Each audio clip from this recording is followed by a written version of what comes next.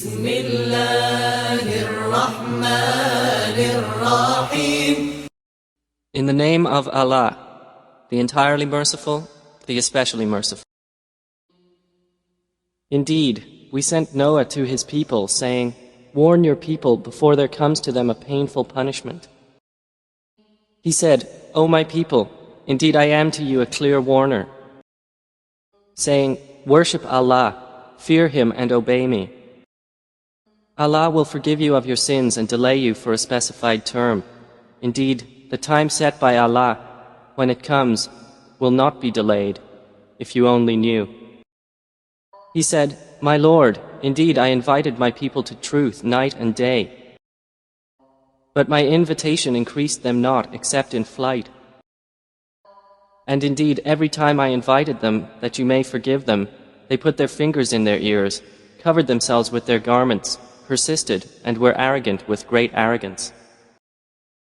Then I invited them publicly. Then I announced to them and also confided to them secretly, and said, 'Ask forgiveness of your Lord. Indeed, He is ever a perpetual forgiver. He will send rain from the sky upon you in continuing showers, and give you increase in wealth and children, and provide for you gardens, and provide for you rivers. What is the matter with you that you do not attribute to Allah due grandeur, while He has created you in stages?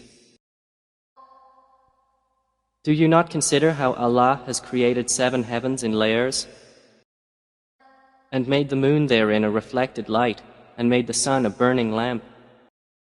And Allah has caused you to grow from the earth a progressive growth. Then He will return you into it and extract you another extraction. And Allah has made for you the earth an expanse, that you may follow therein roads of passage." Noah said, "My Lord, indeed they have disobeyed me, and followed him whose wealth and children will not increase him except in loss. And they conspired an immense conspiracy,